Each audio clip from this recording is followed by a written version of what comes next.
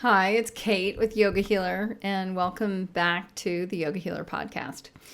So, I initiated this challenge. You're going to hear a little bit about this in the second part of this podcast, where I'm talking directly to the people involved in the challenge that it's still going. It's not going to stop, and it's based on habits that awaken our parasympathetic nervous system so that we can live from a place of ease rather than stress, so that we can digest deeply, so that we can experience a non-reactive and more creative way of living our lives. And obviously there's massive benefits to the immune system, because the immune system is controlled by the nervous system, and the more stressed out you are, the more your body creates systemic inflammation, and then you have a weaker response. And you can listen to past podcasts on, just Google Yoga Healer nervous system or Yoga Healer immune system on that. So I wanted to basically let people on the podcast know, because our newsletter knows about the challenge, and people are having phenomenal success in terms of energy, in terms of feeling great in their bodies. For some people, losing weight. For some people, gaining muscle. For other people, just having a more clear idea of their vision for the next phase of their life. So the challenge is a bit about that. It's vision on purpose. It's this parasympathetic habits, these habits that are their breathing habits, their movement habits, and it's easy. It's very, very doable. So I just wanted to talk for a minute because we got such great feedback on this Q&A where I talk about why it's working, and I wanted to share that with all the podcast listeners, because I know many of you have been listening to me for a good long while, and you're wondering what we're doing right now in the community. If you want more information on the challenge, just go to yogahealer.com/the-challenge, CHALLENGE. So at yogahealer.com/the challenge, there's plenty of information on that. And I don't want this to be an infomercial, but I do want to share what's working and why. And I want to talk a little bit about why it's important to understand deficiencies in our physiology. So I find in Western culture, there's a lot of emphasis, in Western health culture, there's a lot of emphasis on metabolism, and the idea that you can strengthen your metabolism. And I think the hope in there is that you can continue to overeat as you age or something like that. I mean, really, like at the heart of it is like, well, if I had a strong metabolism, I could eat a lot. And I've actually had people, one was a Rolfer, or an experienced body worker. I'm just thinking of two people. Another was a yoga teacher who, she wasn't like a full-time yoga teacher. She was in business administration, but she had a yoga teacher, she would teach yoga on the side. And they both were trying to convince me that it was great they're on a new diet where they could eat they could eat so much more and more frequently. And I was like, let's see how long this lasts. And both gained weight. Unsurprising to me, both gained weight over time. They're both in their 40s or 50s. So rather than focus on being able to digest more food as we age, what I'm arguing for, and I know it's hard. Like I had a very strong appetite for most of my teens, 20s, 30s, into early 40s, and like I get it. It's fun to eat a lot of food. It really is. Like food's really fun. It's really fun. Yes, it is. But we've got to pivot. We've got to pivot to what's the cost? Like what is truly the cost of eating too frequently and eating more than our body needs in the different phases of life? So as we go from Pitta phase of life into Vata phase of life. And Pitta phase of life is like adulthood through middle age. And Vata phase of life is like, one of the ways I think about it, Vata phase of life is like when you stop being able to build like really good muscle really easily. That's one way.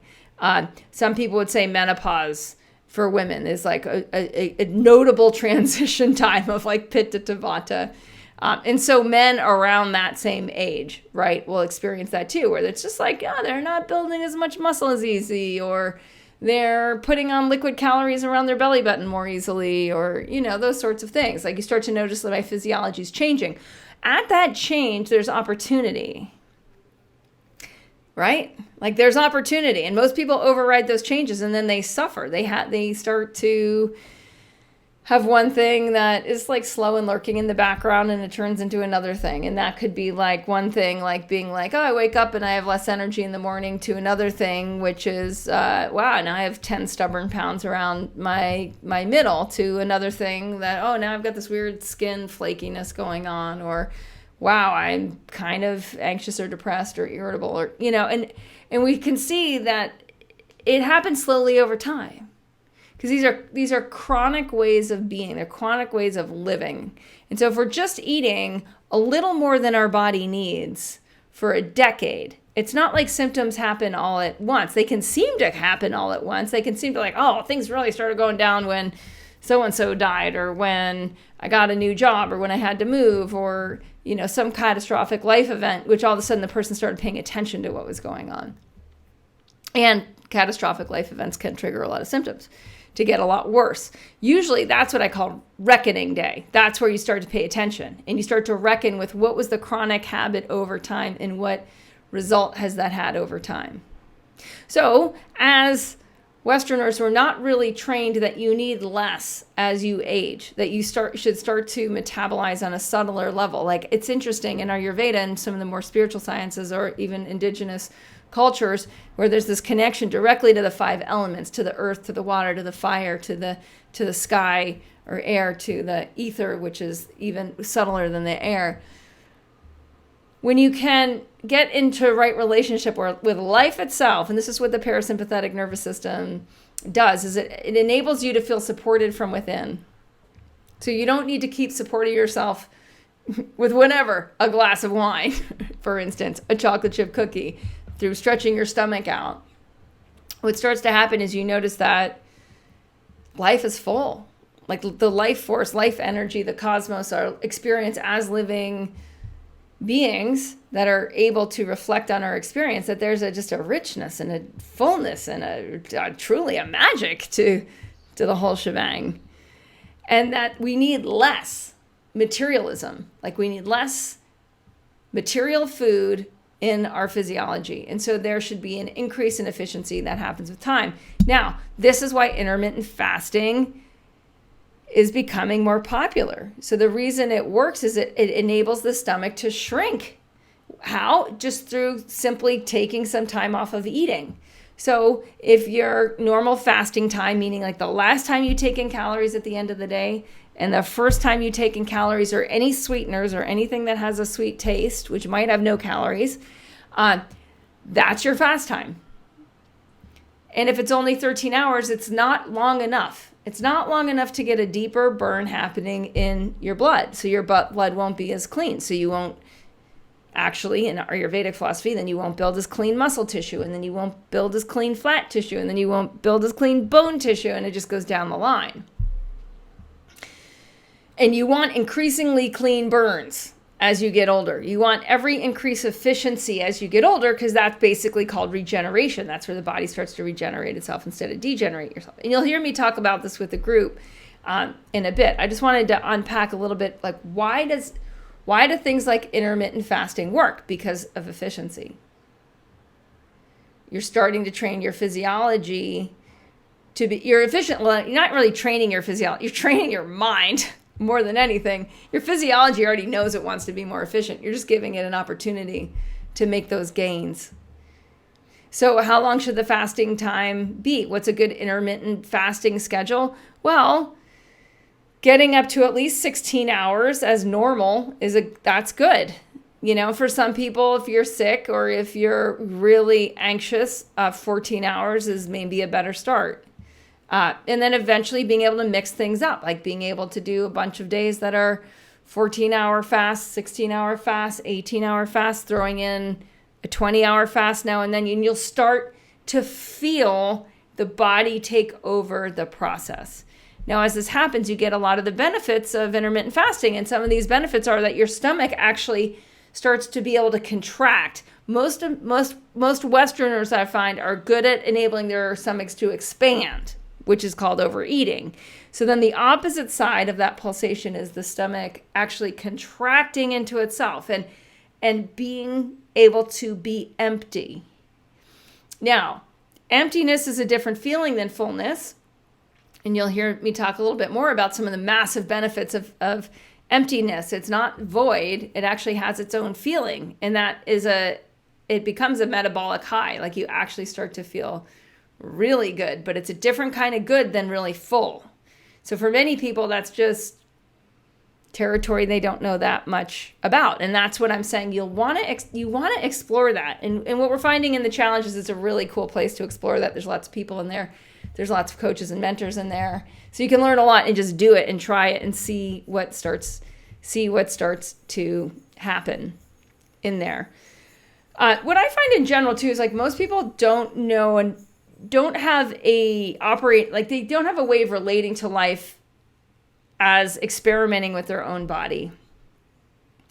And I really encourage that. Like it's good to run experiments and actually just start to see and start to notice the difference rather than needing expertise from the outside in to say like, hey, what are the benefits of intermittent fasting? It's like, let's find out for you. Like, what are the benefits for you? A lot of people experience increased ability to focus.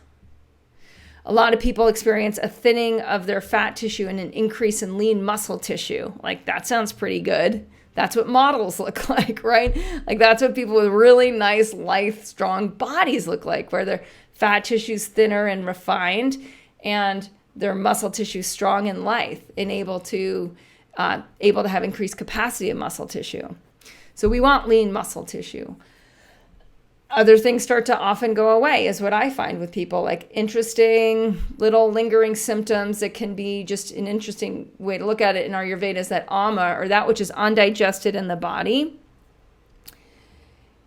that creates a host of different symptoms from just digestive symptoms, gas, bloating, acidity, constipation, even the feeling of like just being a loss of appetite where you get anorexia where there's just like mucus or feeling of nausea. Like those things start to just get digested. It starts to get cleaned up. Stuff that happens in the blood that can create skin issues.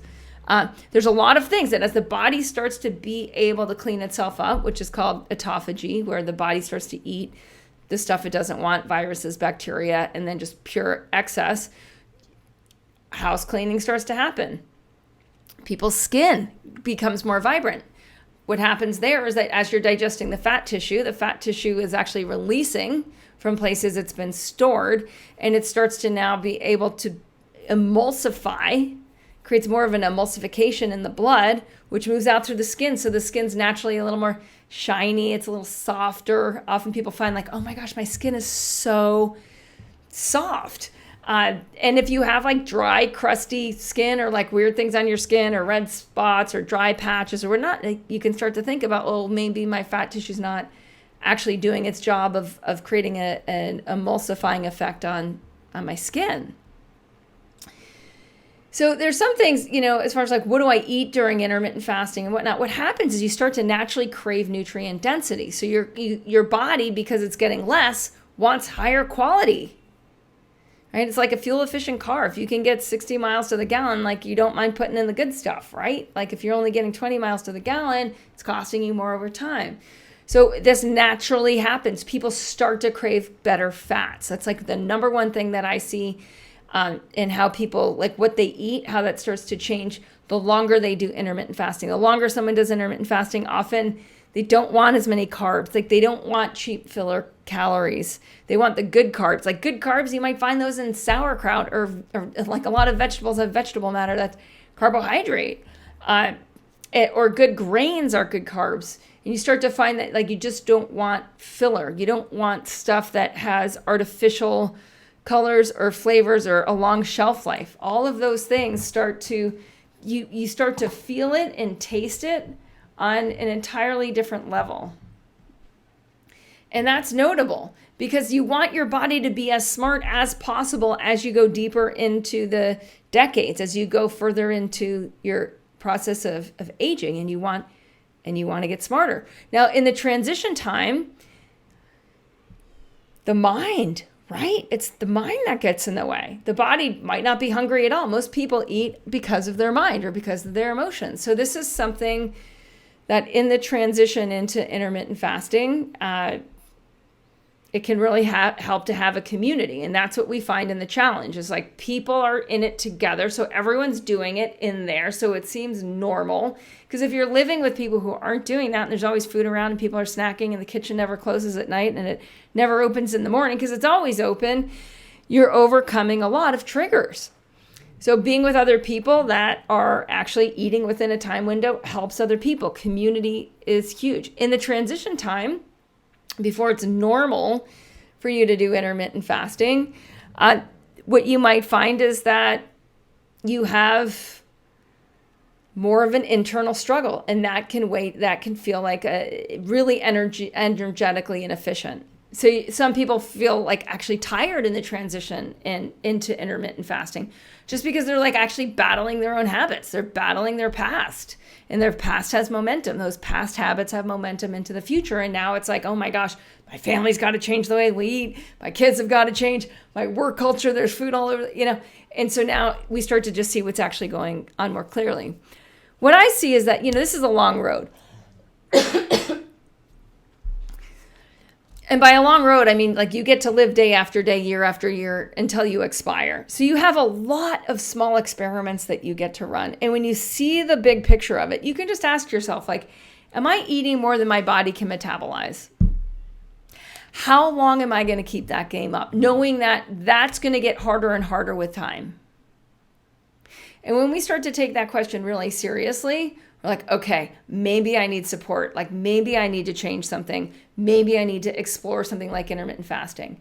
Now we know what happens over time with intermittent fasting is people have more focus, they have more energy, they eat less frequently. I had one member post that our Body Thrive course is $5,000. You learn a lot about Ayurveda. You shift your habits. You automate these habits of yogi. So you sleep better, you eat better, you feel better, you lose the weight. Like all the things start to line up. You start to do practices that really awaken calmness and clarity, and you get in a better rhythm. And it's a $5,000 investment. And she figured out just in intermittent fasting, like she's cut her food and alcohol bills by $2,500. And that's just for a year.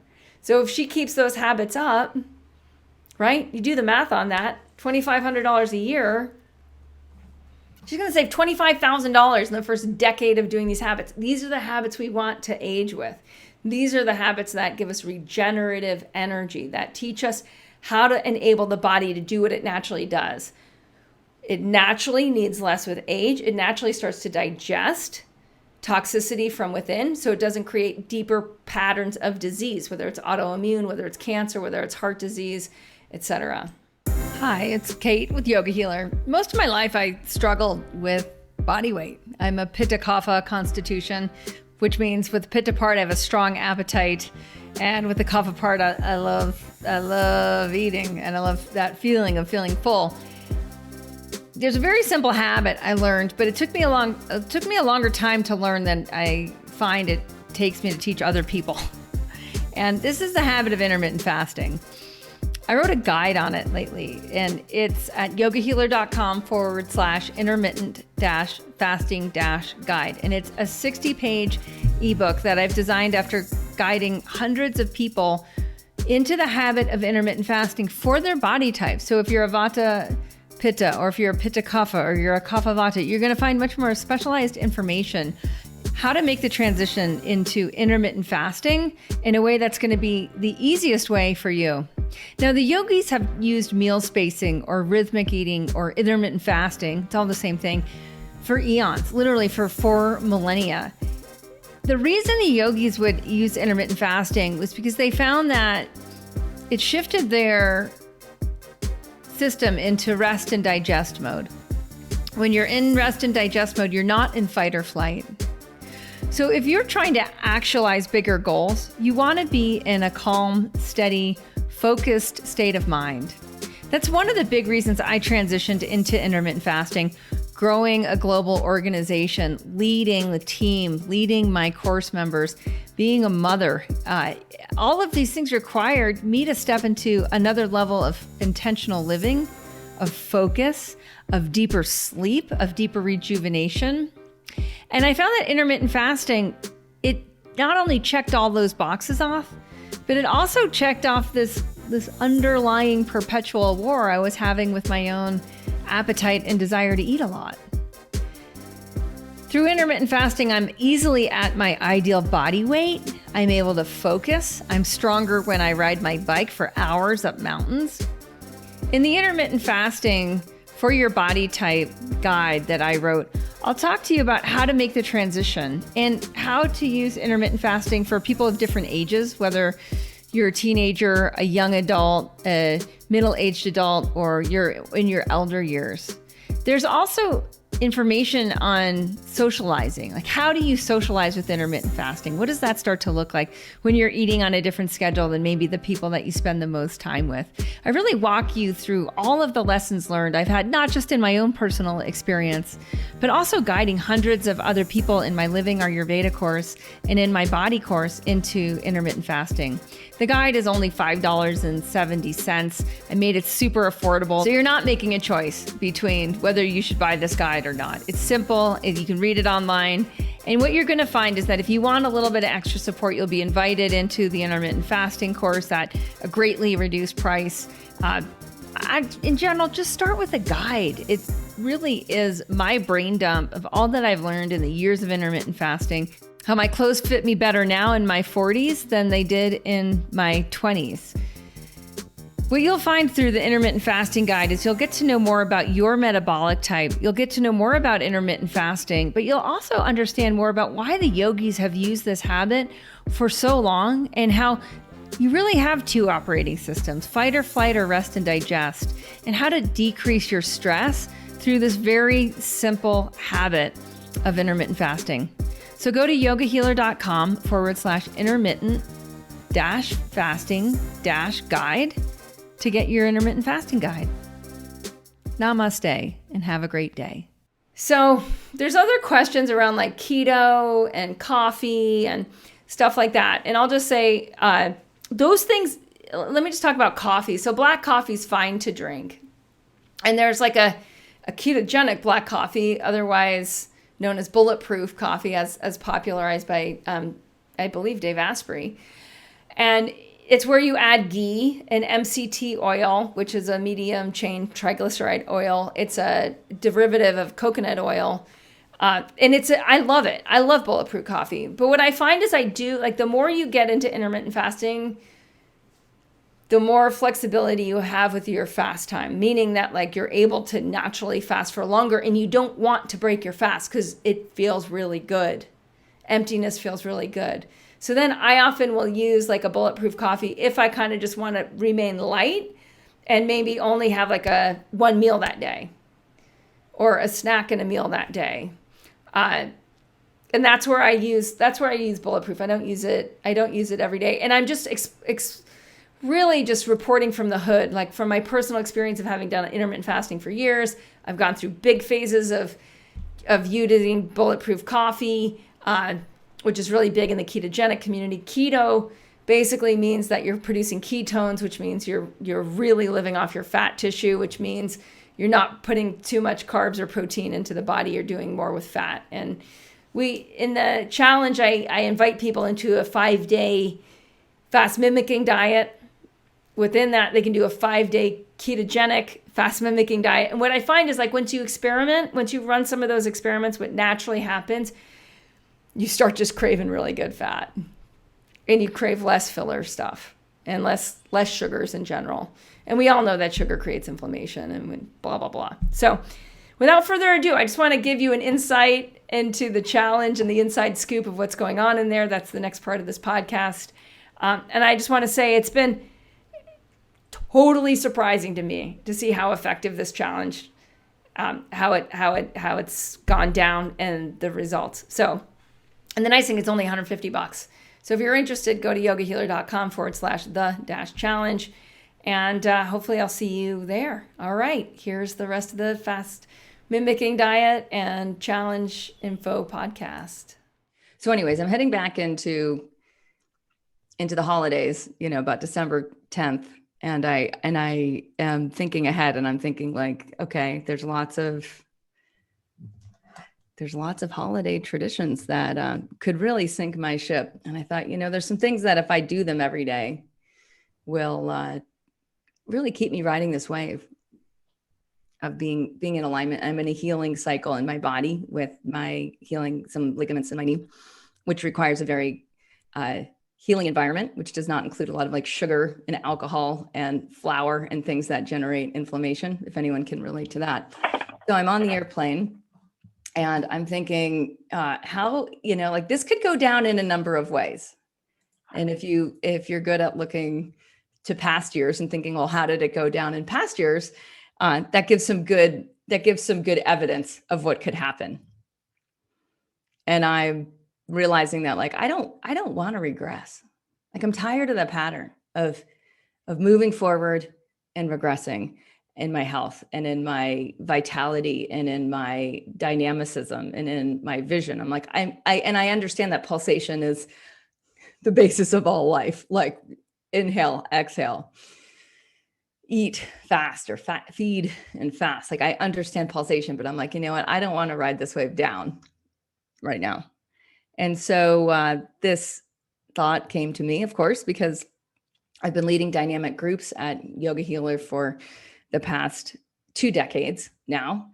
Is like, well, if I just bring a bunch of people with me on the habits that I know will render me in a really low inflammation state through the holidays and high energy and clear focus, then chances are I'll do it. Chances are, if I get a group together, I can show up in the group. So that's what created the challenge. By the end of the airplane ride, I had the entire thing, like the whole marketing plan laid out, the first few emails laid out, the course structure. It was all done. I handed it off to my team by the time I got off the airplane. And they were like, what the heck? Like, this was not in the plan. Like, great, we've got all this work now before Christmas. Like, are you serious? We're just going to do a challenge and we're going to launch it like during the week of Christmas. And I'm like, yep, that's exactly what we're doing. And then you all came. So I just want to say thank you. Like, really, like this was great for me. I don't know about you, but like so far so good. It's been great for me. And I've really enjoyed the forum and seeing your small experiments that you're running and the kind of questions that the experiments that you're running in your body and your daily habits, the kind of questions that's generating for you. And I thought before we dive into Q&A, there's kind of like a reoccurring theme that I thought I would just speak to right away, because it might help frame other questions in the conversation, and it might just be of service to how we're thinking about all this.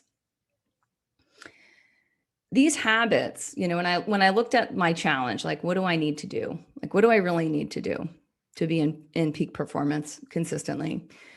There's a few habits that drop awareness and drop, it's interesting how to say it. It's almost like drop, and I'm using this downward word, directional energy flow. It's a downward and backward energy flow. And it brings awareness into a parasympathetic nervous system response, which means that like life can happen outside of you and you're not reactive to it. You're inquisitive. You're inquisitive to it, to life, to thoughts, to the changing landscape of what's in front of your 5 senses. And this is an operating system. The parasympathetic nervous system is an operating system. It's by nature efficient. And because it's efficient, there's not gunk and goo in the way. Like there's just clear vision, there's clear action, there's clear digestion. And so there's questions that arise often when we're doing these habits that drop us deeper and deeper into the parasympathetic experience.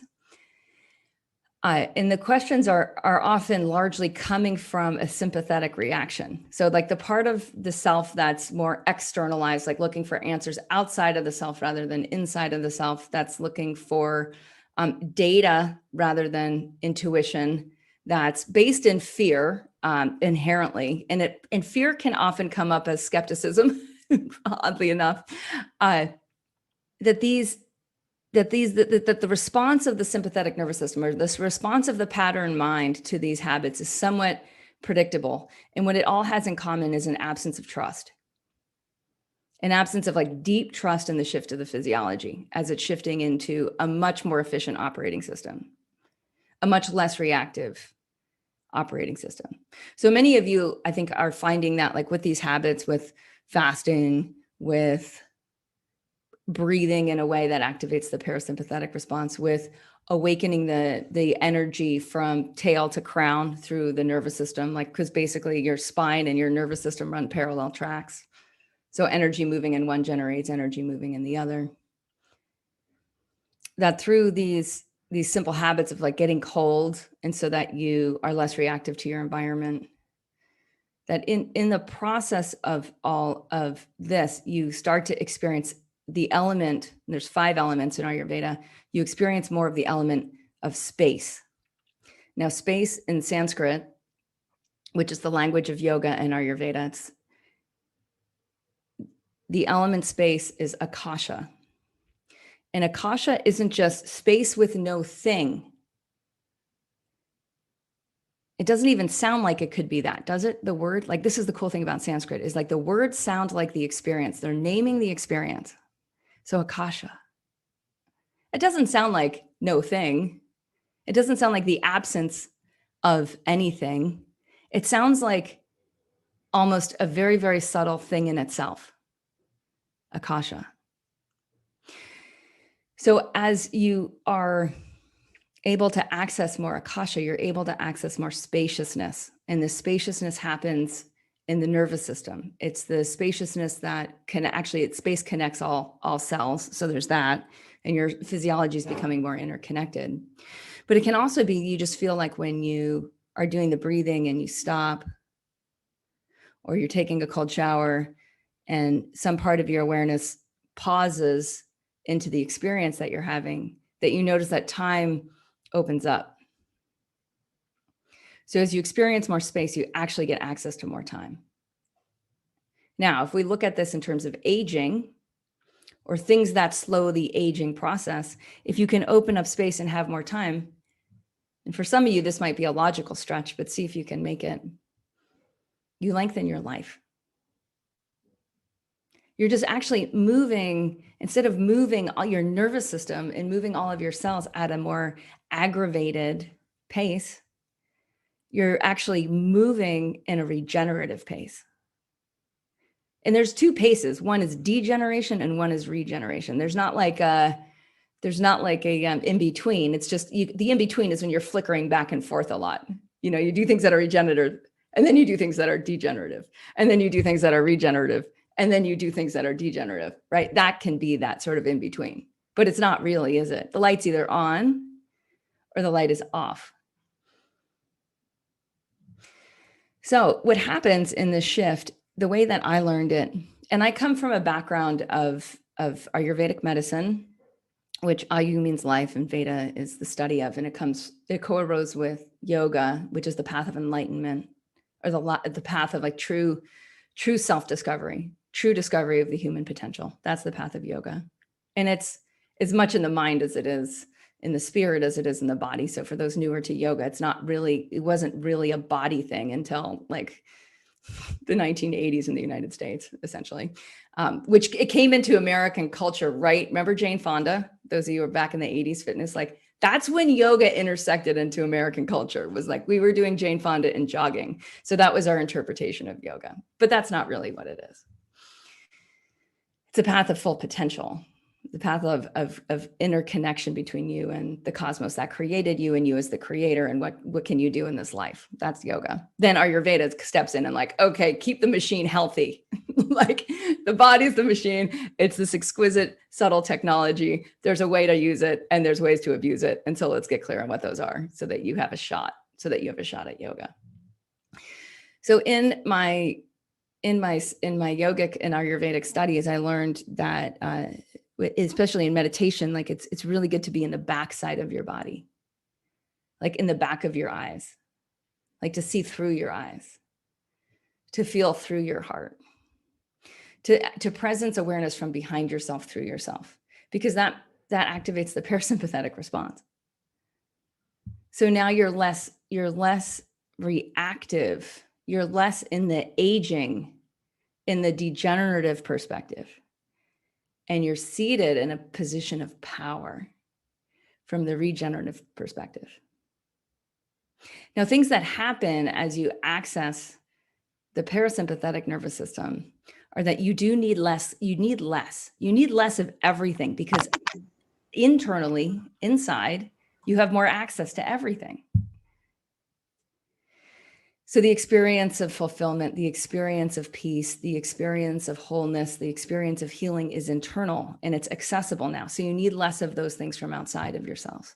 So some of you are noticing metabolisms shifting. It could be mental metabolisms, it could be physiological metabolisms, but you're noticing a shift, like, I need less food, I need less stimulation, I need less exercise, like I need less of a workout. I need less things in my life. In fact, maybe I even need like less interactions in the day, less stuff. And that's natural. And I just want to address that.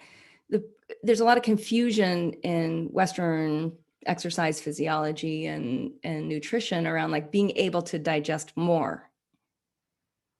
And Ayurveda and yoga are like, yeah, you could do that, but you're coming at that from a place of degeneration, because more isn't the goal,